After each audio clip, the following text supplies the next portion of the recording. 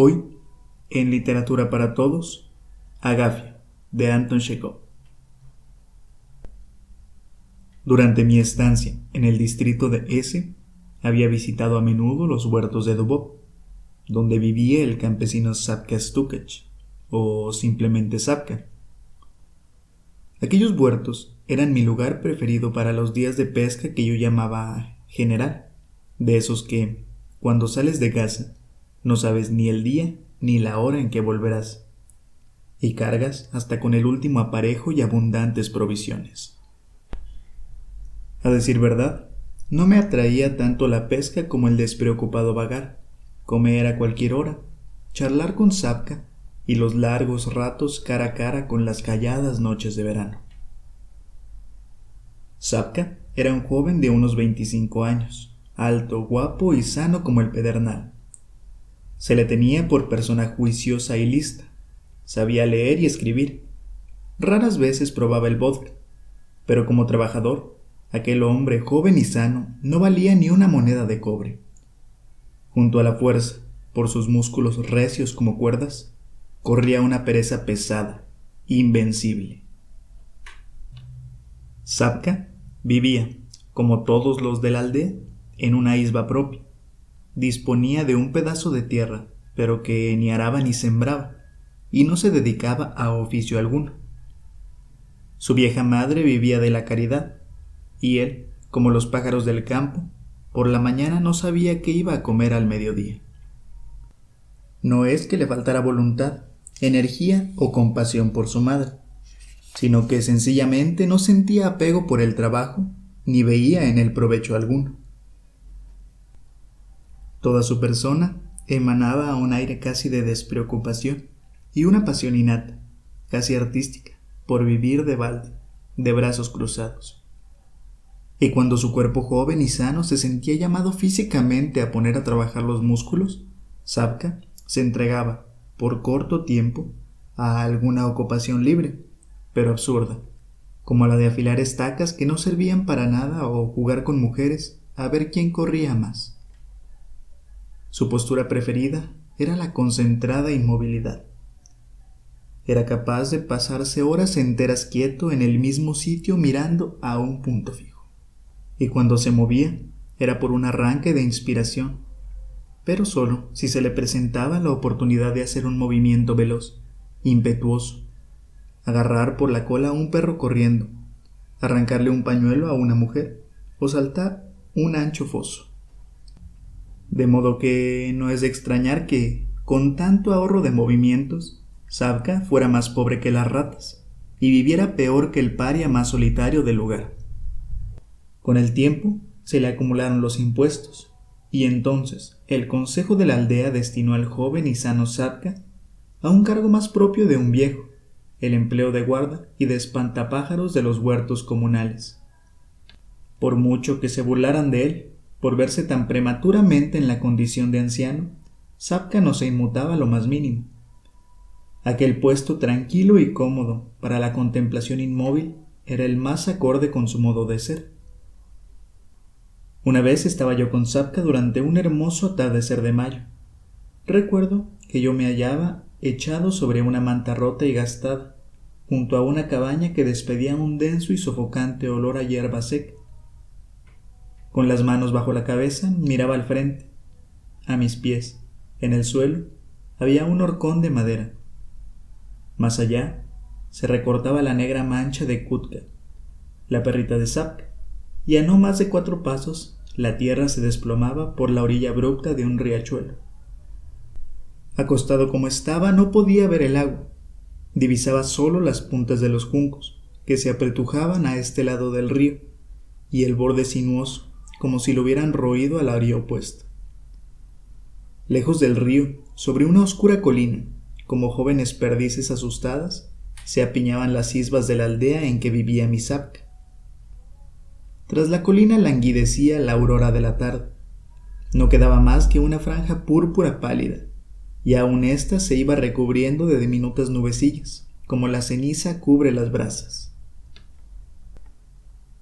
A la derecha del huerto, susurrando suavemente y estremeciéndose de vez en cuando, Ante una repentina ráfaga de aire, se dibujaba el perfil oscuro de un bosque de alisos. A la izquierda se extendía sin fin el campo. Y allí, donde la vista no podía distinguir en la penumbra el campo del cielo, centelleaba una brillante lucecita.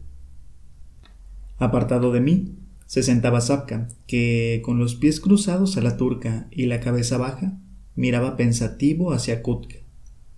Hacía mucho que los anzuelos con el cebo ya estaban en el río, y no nos quedaba otra cosa que hacer que entregarnos al reposo, estado del que tan amigo era el nunca cansado y siempre ocioso Sapka.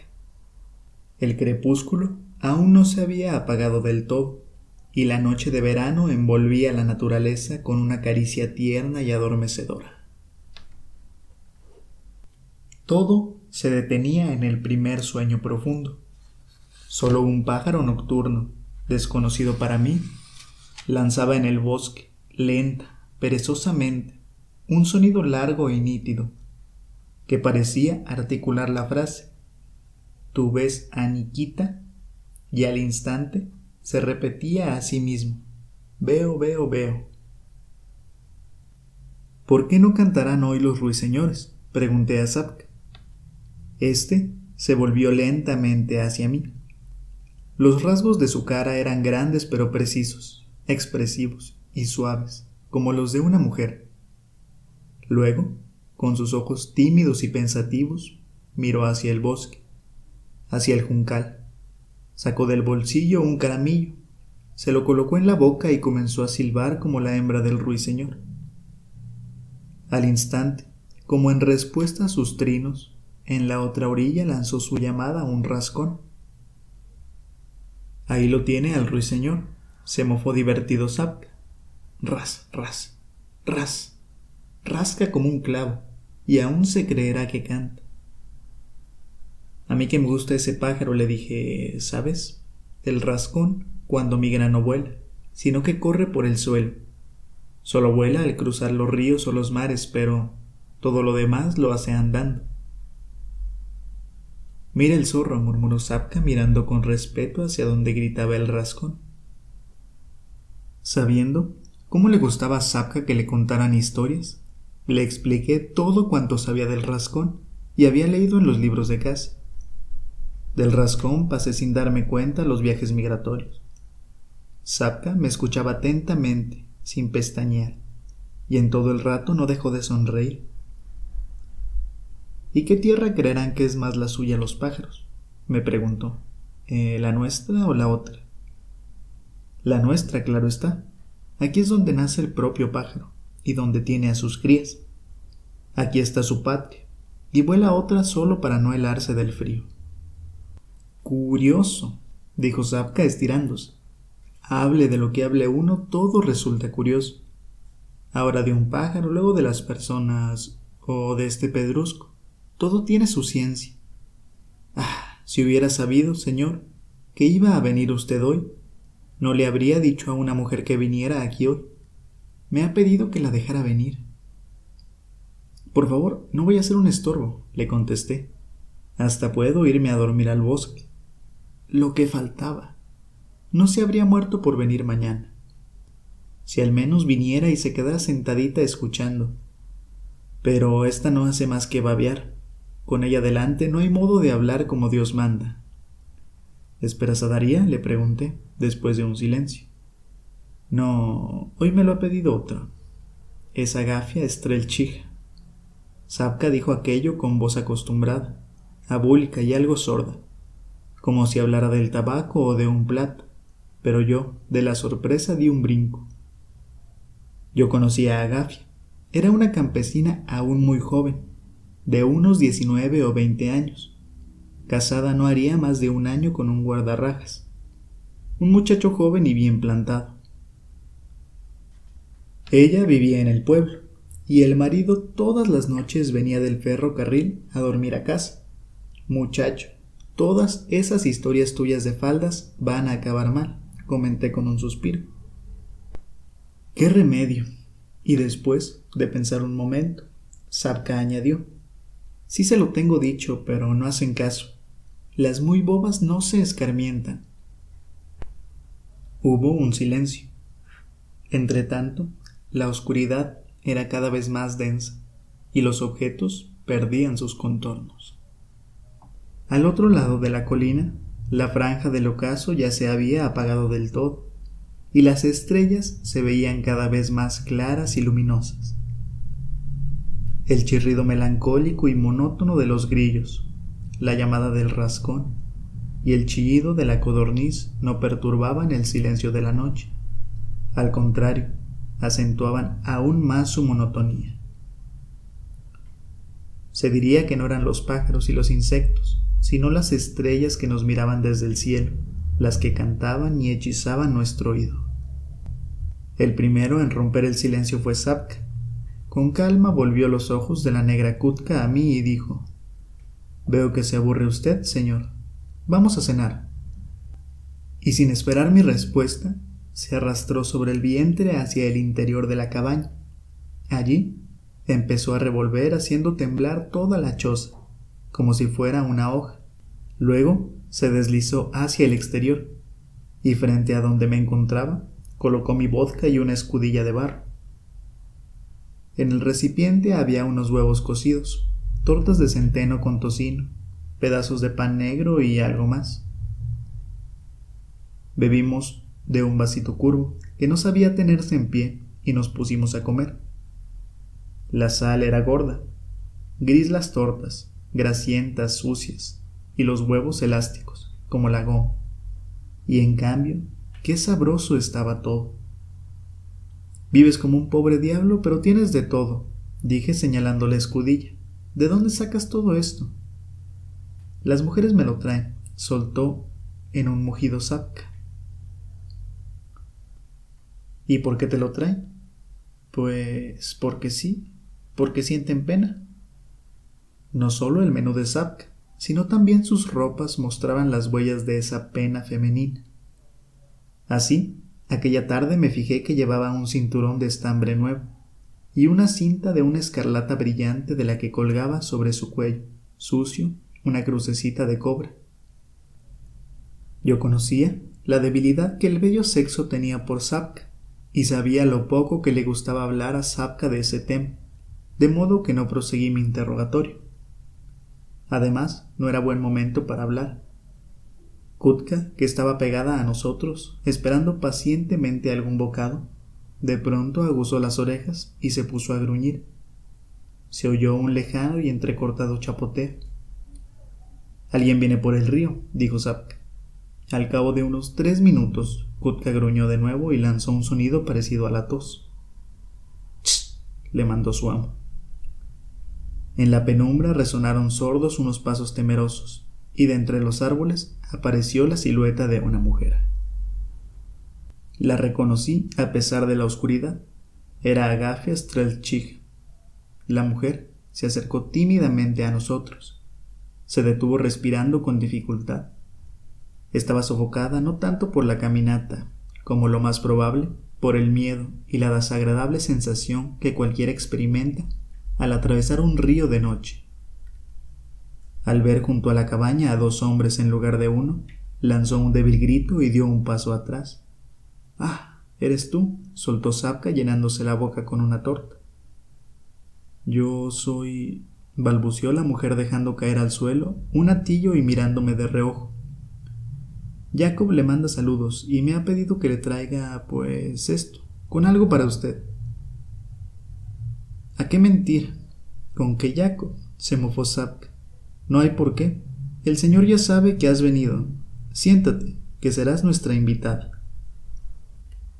Agafia me miró de reojo y se sentó indecisa. «Yo pensaba que no vendrías hoy», dijo Sapka tras un largo silencio. «¿Qué haces? Come. ¿O quieres un traguito de vodka?» «¿Qué cosas tienes?», soltó Agafia. «Ni que fuera una borracha». «Bebe, mujer, que te calentarás el alma. Va». Sapka alargó el vasito curvo a Agafia.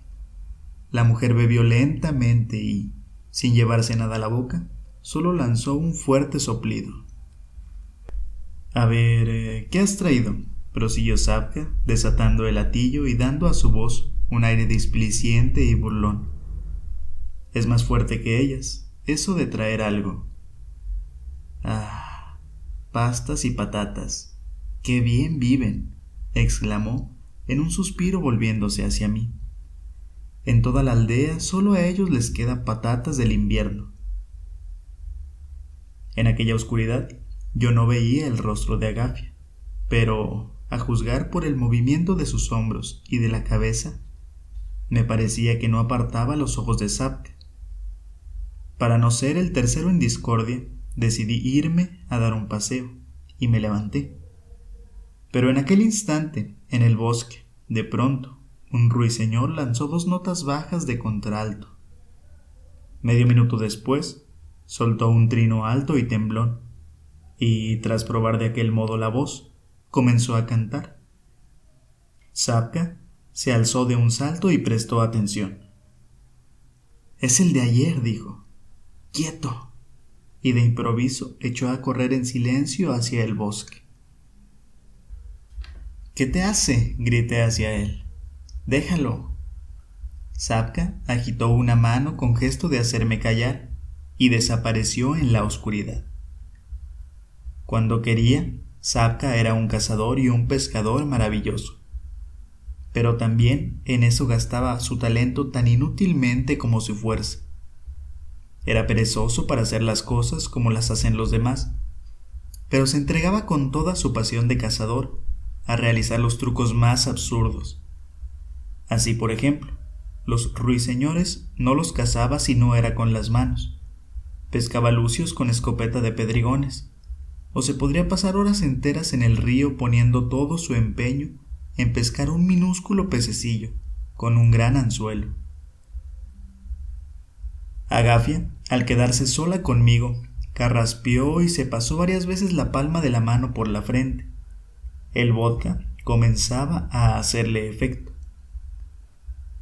«¿Cómo va la vida, Agafia?», le pregunté tras un largo silencio, cuando seguir callado ya resultaba violento.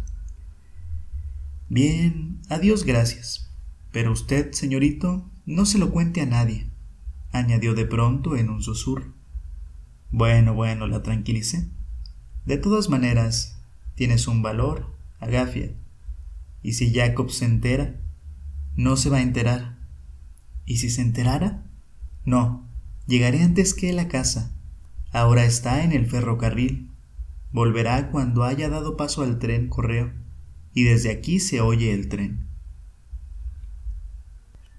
Agafia se pasó otra vez la mano por la frente y miró hacia donde había desaparecido Sapka.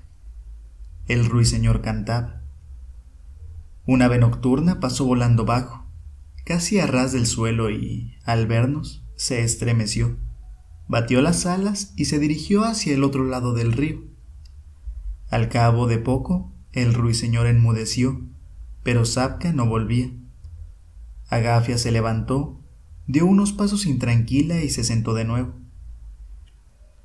«¿Pero qué hará?», exclamó sin poderse contener. «Que el tren no va a pasar mañana. Tengo que marcharme enseguida». «¡Sapka!», grité. «¡Sapka!». No me contestó ni siquiera el eco. Agafia se movió inquieta y se puso en pie de nuevo. «Ya es hora que me marche», murmuró con voz alterada. «Ahora va a pasar el tren. No sabré yo cuándo pasan los trenes». La pobre mujer no se equivocaba. No había transcurrido ni un cuarto de hora cuando se oyó un lejano rumor. Agafia detuvo largo rato su mirada sobre el bosque y agitó impaciente los brazos. «¿Pero dónde se habrá metido?», comenzó a decir con una risa nerviosa. «¿Dónde diablos se habrá perdido? Yo me voy. Como hay Dios, señorito, que me voy». Entretanto, el rumor se hacía cada vez más claro. Ya se podía distinguir, de entre los profundos suspiros de la locomotora, el traqueteo de las ruedas. Se oyó un silbido. El tren retumbó sordamente sobre el puente. Un minuto después, todo quedó en silencio. Esperaré un rato más, dijo suspirando a Agafia, y se sentó con un gesto decidido. Eso mismo, esperaré. Finalmente, de entre la oscuridad apareció Sapka. Marchaba sin hacer ruido, con los pies descalzos sobre la mullida tierra del huerto, y canturreaba algo. Vaya suerte la mía, maldita sea, se rió alegre. Justo había llegado al arbusto y cuando empezaba a mover la mano, va y se calla. Maldito bicho, me he plantado ahí esperando a que volviera a cantar, hasta que me he hartado. Sapka se dejó caer pesadamente sobre el suelo junto a Agafia, y, para conservar el equilibrio, se agarró con ambas manos a su cintura. ¿Y tú qué? ¿De morros? ¿O te ha parido tu tía?, preguntó Sapka. Pese a su talante compasivo y a su simplicidad, Sapka despreciaba a las mujeres. Las trataba con desdén, las humillaba e incluso se reía y mofaba de la debilidad que ellas mostraban a su persona. Y Dios sabe si no era justamente ese trato despectivo y desmañado una de las causas por las que atraía de manera tan irresistible y poderosa a las Dulcineas del lugar. Era guapo y de buena planta. En sus ojos, siempre, incluso cuando miraba a sus despreciadas mujeres, se encendía una callada ternura, pero las cualidades externas no podían explicar por sí solas aquella fascinación. Además del físico afortunado y de su peculiar forma de trato, conviene suponer que también influía sobre las mujeres el enternecedor papel que desempeñaba Sapka, un hombre de probada mala fortuna, un desdichado al que habían desterrado de su querida isba a los huertos. A ver, cuéntale al señorito a qué has venido, proseguía Sapka, que se mantenía aún asido a la cintura de Agafia. Va, cuenta, buena esposa. Ja, ja. ¿Qué te parece, hermana Agafia? ¿Otra copita? Yo me levanté y, avanzando entre los bancales, eché a andar a lo largo del huerto. Los oscuros bancales parecían grandes tumbas aplastadas. De ellas llegaba un olor a tierra cavada y a una suave humedad de plantas que empezaban a cubrirse de rocío. A la izquierda seguía encendida la lucecita roja. Su brillo parpadeaba, acogedor, y parecía sonreír. Oí una risa feliz. Era Agafia que reía. ¿Y el tren? Me acordé. Ya hace tiempo que habrá llegado. Al rato regresé a la cabaña. Sapka, sentado inmóvil a la turca, en voz muy baja, casi imperceptible, canturreaba una canción, formada solo de monosílabas, algo así como «Ay tú, sí yo, tú y yo». Agafia, embriagada por el vodka, por las caricias desdeñosas de Sapka y por el bochorno de la noche, yacía a su lado sobre el suelo y apretaba convulsivamente su rostro contra una rodilla del joven. Se había dejado llevar tan lejos en su apasionamiento que no se dio cuenta de mi llegada. «Agafia, ¿no ves que el tren ya ha llegado hace rato?», dije. «Es hora, debes marcharte», recogió mi idea Sapka sacudiendo la cabeza. «¿Qué haces aquí tumbada? ¿No tienes vergüenza?». Agafia se estremeció, apartó la cabeza de su rodilla, me miró y de nuevo se pegó a ella. «Es muy tarde», insistí. Agafia se revolvió, se incorporó sobre una rodilla. Sufría. Durante medio minuto todo su cuerpo, en la medida en que pude adivinarlo, en medio de la oscuridad, expresaba lucha y vacilación. Hubo un instante en que la mujer, como si despertara, se irguió para ponerse en pie, pero inmediatamente una fuerza irresistible e inexorable dominó todo su cuerpo, y la mujer se dejó caer sobre Sapka. «Que le parta un rayo», exclamó con una risa salvaje que le salía de lo más hondo del pecho, y en aquella risa se oía la firmeza de una decisión irreflexiva, la impotencia y el dolor. Yo eché a andar lentamente hacia el bosque. De ahí bajé al río, donde se encontraban nuestros aparejos. El río dormía. Una flor suave y aterciopelada sobre un tallo largo rozó delicadamente mi mejilla, como un niño que quiere dar a entender que no duerme. Por hacer algo, busqué a tientas un sedal y tiré de él. El hilo se tensó débilmente y cedió. No había picado nada. La otra orilla y la aldea no se veían. En una isba resplandeció una luz, pero pronto se apagó. Rebusqué por la orilla. Encontré una cavidad en la que ya me había fijado durante el día, y me senté en ella como en un sillón. Estuve largo rato sentado. Vi cómo las estrellas empezaron a nublarse y a perder su resplandor. Cómo, igual que un leve suspiro, corrió por la tierra una brisa fresca que rozó las hojas de los sauces que despertaban. «¡Agafia!», llegó desde la aldea una voz sorda. «¡Agafia!». Era el marido que, de vuelta a casa, buscaba, alarmado por el pueblo, a su mujer. Y, al mismo tiempo, desde los huertos llegaban unas incontensibles risas.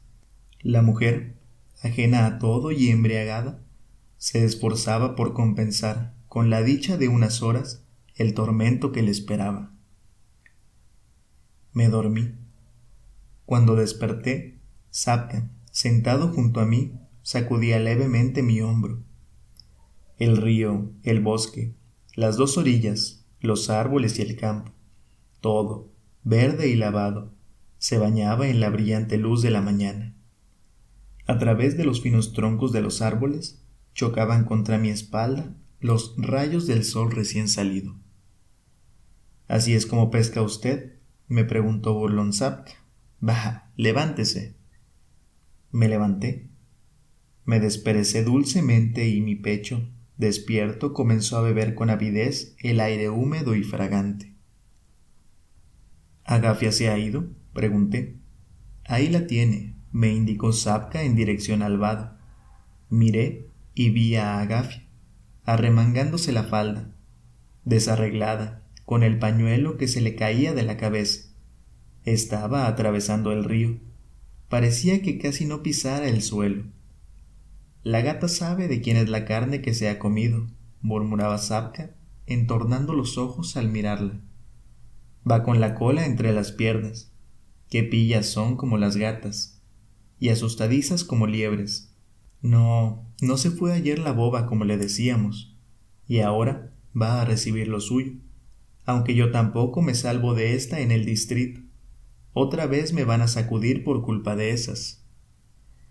Agafia alcanzó la orilla y caminó a través del campo hacia la aldea. Al principio avanzaba con bastante aplomo, pero muy pronto los nervios y el miedo pudieron con ella. Volvió la cabeza asustada y tomó aliento.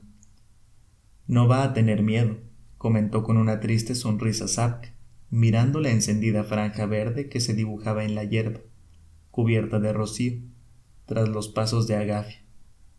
«Le cuesta ir, y a quién no, si tiene al marido ahí más de una hora esperándola». Sapka pronunció las últimas palabras con una sonrisa, y yo sentí que se me helaba la sangre.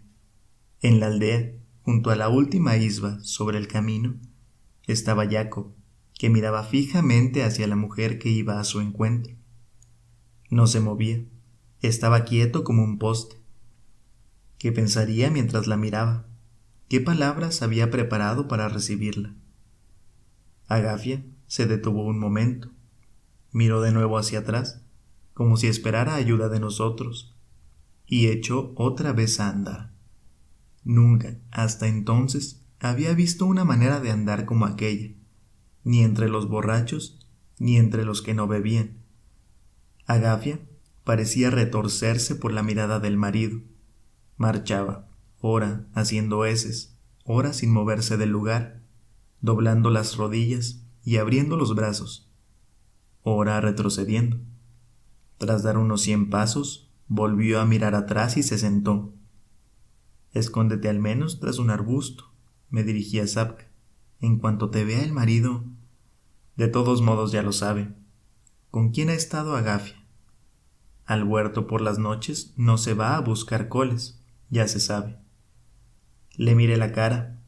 Estaba pálido y fruncía el ceño con un gesto de compasión y rechazo, como ocurre con alguien que ve torturar a un animal. «A risa de gato, llanto de ratón», suspiró. De pronto Agafia se levantó, sacudió la cabeza y con paso firme se dirigió hacia el marido. Al parecer, había reunido fuerzas y se había decidido.